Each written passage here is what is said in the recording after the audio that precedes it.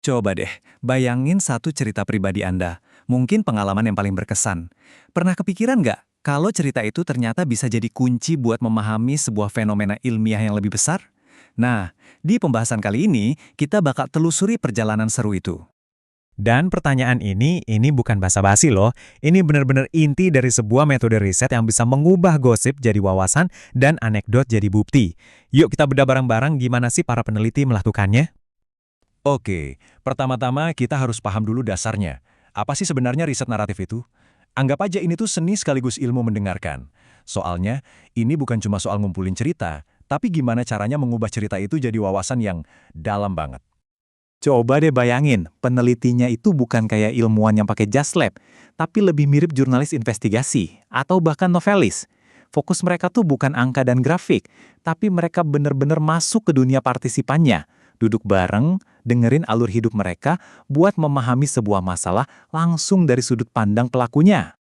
Intinya simpel banget, yang dicari itu cerita versi mereka, bukan versi peneliti, tapi gimana si individu itu memaknai jatuh bangun hidupnya. Nah, disitulah kekuatannya. Kelihatannya personal banget, tapi prosesnya, tetap sistematis. Terus, gimana cara kerjanya? Jelas ini bukan cuma ngobrol-ngobrol biasa ya, ada peta jalannya, terstruktur banget. Semacam resep dengan 7 langkah buat mengubah cerita jadi ilmu. Nah, ini dia peta jalannya. Sebuah proses 7 langkah yang dikembangin sama peneliti John W. Creswell. Biar nggak abstrak, kita bakal lihat gimana tiap langkah ini diterapin di studi kasus beneran, yaitu soal proyek komunitas namanya Wikilati Sunda. 4 langkah pertama ini ibarat fondasinya. Mulai dari nemuin fenomena yang unik, dalam kasus ini ya proyek Wikilati Sunda, terus milih narasumber kunci yang ceritanya paling daging. Nah setelah cerita kekumpul, langkah keempat ini nih yang krusial, restoring. Ini bukan berarti ngubah cerita lo ya, tapi lebih kayak editor film yang nyusun klip-klip acak biar jadi satu alur yang runut dan gampang dimengerti. Biar kebayang langkah kedua tadi, di studi Wikilati Sunda, penelitinya tuh nggak wawancara ratusan orang. Mereka fokus ke 5 individu kunci. Kenapa cuma 5? Karena di riset naratif, kedalaman itu segalanya. 5 cerita yang kaya itu jauh lebih berharga daripada 100 cerita yang dangkal. Langkah berikutnya, itu soal membangun cerita dan ngecek ulang. Di langkah kelima, peneliti balik lagi ke partisipan, kolaborasi bareng buat mastiin interpretasinya nggak salah. Ini kayak validasi ke sumbernya langsung. Kemudian, narasi akhirnya ditulis. Dan yang paling penting, langkah ketujuh, validasi.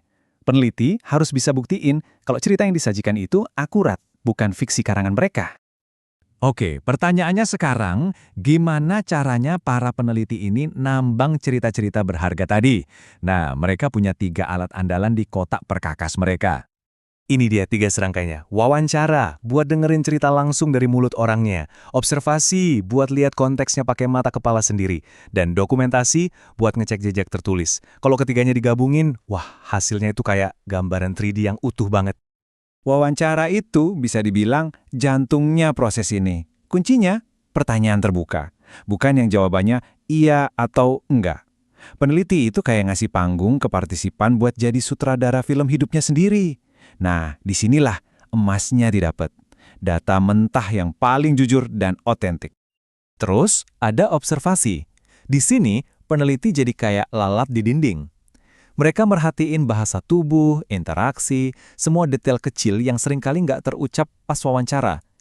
Ini cara buat nangkep apa yang terjadi di antara baris-baris kalimat. Dan yang terakhir, studi dokumentasi.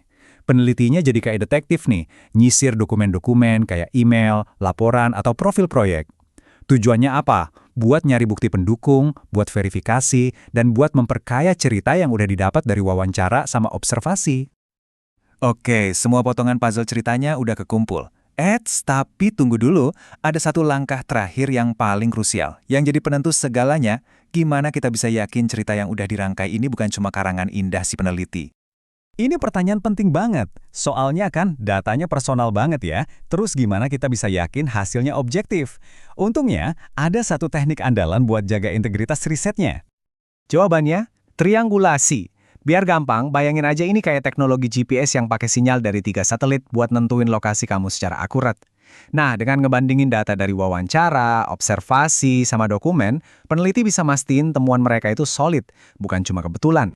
Di studi Wikilati Sunda, artinya gini, Apa yang diceritain partisipan pas wawancara harus nyambung sama apa yang peneliti lihat langsung di lapangan, dan itu juga harus sejalan sama apa yang ketulis di dokumen proyek.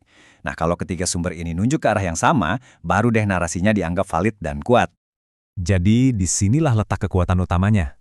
Riset naratif itu ngambil pengalaman manusia yang kadang terasa acak-acakan dan personal banget, terus dikasih panggung dan struktur.